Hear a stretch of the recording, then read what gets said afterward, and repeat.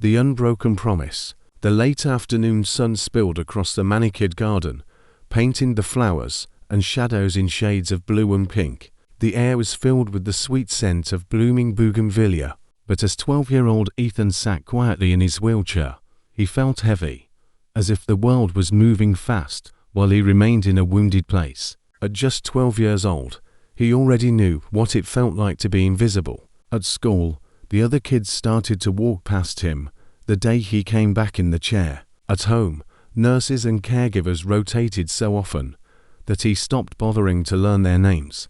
But Clara was different. She stood beside him, her simple blue blouse and crisp white apron, her hair pulled back tightly and streaked with grey. She didn't treat him like a fragile object or a chore. She crouched down so her eyes met his, her voice gentle but not pitying.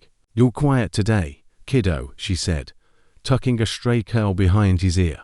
"What's going on inside that head of yours?" Ethan looked at his hands, resting limply in his lap. "I'm tired of being stuck, Clara. Everyone walks past me like I'm not even there. Sometimes even Dad doesn't look me in the eye anymore." Clara's heart ached at his words, but she came and took his hand, lacing her fingers in his. "Listen to me. You are not invisible. You're a boy with a mind sharper than most adults. You are so much more than that chair. But what if I never walk again?"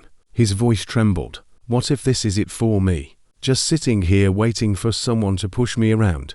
Clara leaned closer, her eyes steady on his. "Then you'll find other ways to move forward. A car doesn't stop having a purpose just because its engine is gone. And you, Ethan, you have a heart that can light up this entire house if you let it." Ethan swallowed hard, his eyes misting over. "You're the only one who says that. Everyone just looks sad, like I'm broken." She squeezed his hand firmly. "You're not broken. You're living.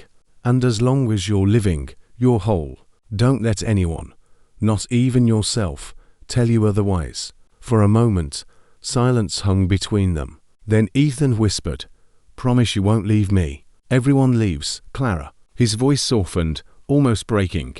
"I promise, kiddo, I will not leave you. Even if the whole world tells me to walk away, I will still be here." The boy's lips curled into the faintest smile, the first she had seen all day. "You mean that?" "With all my heart," she said. They sat like that for a while, the boy staring at the flowers, Clara standing as his quiet guardian. But the fragile moment was shattered when heels clicked against the stone pathway. Eleanor appeared, her silk dress fluttering as she strode forward. Her face was painted in perfect makeup, but her eyes burned with offense. She stopped a few feet away, her voice sharp. "What is he doing out here again? I told you to get the garden ready for my guests this evening. And now look, he's in the way." Ethan flinched, recoiling back into his chair. His hands trembled on the armrests. Clara immediately stepped between him and Eleanor, her jaw tense. "He's not in the way," Clara said firmly. "This is his home, too." Eleanor's lip curled. "His home. He doesn't need to be paraded around like some pathetic ornament. Why don't you keep him inside where he belongs?" Ethan's breath hitched. He whispered, barely audible, "Clara." Clara raised her hand, resting it gently on his shoulder. "Don't listen to her, kiddo." She turned back to Eleanor, her voice rising. "Don't you talk to him like that." Eleanor's eyes widened with contempt. "Excuse me, do you forget who I am in this house? You are nothing but the help." Ethan's eyes filled with tears. He squeezed his palms against his ears, muttering to himself, "I'm not nothing. I'm not nothing." Clara's chest burned with fury. She straightened her back, placing herself fully between the boy and the woman looming over him. "He's not nothing. He's Ethan. And if you can't see that, then it's you who doesn't belong here." The tension snapped like a whip. Eleanor's fists clenched as she stepped closer, her voice a hiss. "How dare you speak to me like that? Move aside." "No," Clara said, her voice steady and unwavering. "You will not hurt him with your words. Not while I'm standing here." Ethan's small voice broke through, trembling but desperate. "Clara, please don't let her take me inside. I don't want to go with her." Clara bent down quickly, cupping his cheek in her palm. "I won't, kiddo. I am right here." Eleanor's shriek split the air, sharp enough to turn heads across the yard. "You'll regret this insolence." And at that moment, David arrived. He had returned from a business trip, still in his dark suit, his face lined with fatigue. But the scene before him stopped him mid-stride. Eleanor, red-faced and yelling, Clara standing like a shield, and his son trembling in his wheelchair, with tears streaking his cheeks. David's voice cut through the thick air like a blade. "What's going on here?" Eleanor turned first, her face paling before flushing with righteous indignation. "David, thank goodness you're here. This maid, this woman, she's completely out of line. She was yelling at me in front of your son." Clara said nothing at first. She kept her arm around Ethan's shoulders, her body angled protectively. The boy's breathing was erratic, his small hands still gripping the arms of his wheelchair.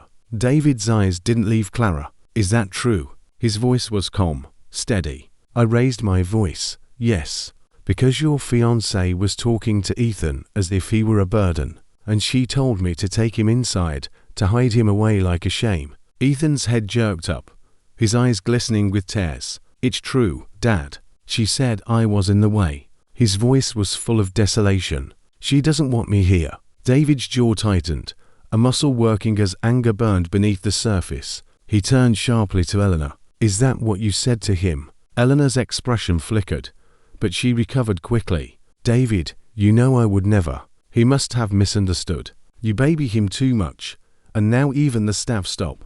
David's voice boomed. "Stop right there. Do not twist this." For a moment, the garden was silent but for the rustling of leaves. Then Clara spoke again, her voice lower, almost a whisper. "Sir, forgive me if I overstepped, but no child should ever feel unwanted in his own home, not even for a second. I would rather lose my job than stand by while someone talks to Ethan that way." Ethan's eyes widened.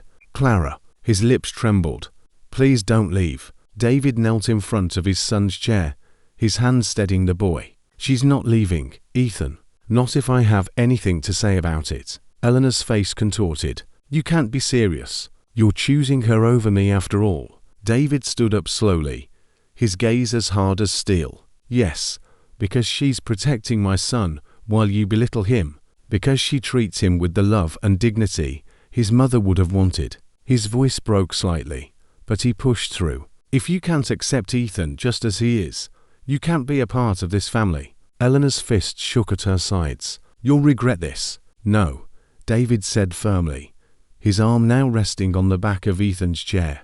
"My only regret would be if I allowed someone like you to stay." Her sharp heels clicked furiously against the stone as she stormed back to the house, her anger trailing behind her like smoke.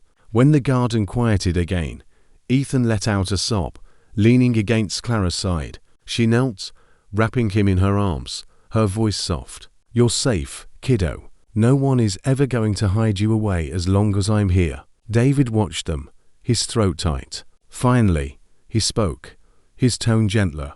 "Clara, you've shown more courage today than most people I've ever known. You didn't just do your job. You defended my son as if he were your own." She looked up at him, her hand stroking Ethan's hair. "Because he deserved that, sir. Every child does." David nodded slowly. "Then I want you to know that you'll never have to worry about your place here again. You're a part of this family now if you'll accept." Ethan lifted his head, his eyes wet but filled with hope. "Does that mean she gets to stay forever?" David's voice was steady, full of conviction. "Yes, son, forever." Clara's lips trembled into a smile. She kissed the boy's forehead softly, whispering, "I told you I wouldn't leave." And for the first time in years, Ethan believed it. David stood tall, his arm resting protectively around them both. The sun sank lower behind the garden walls, casting the three of them in a golden light. What had started as a moment of cruelty had been turned into the birth of a stronger, more profound connection. And while the world outside still judged by appearances, inside that garden, one truth had been sealed. Love is the only wealth that matters.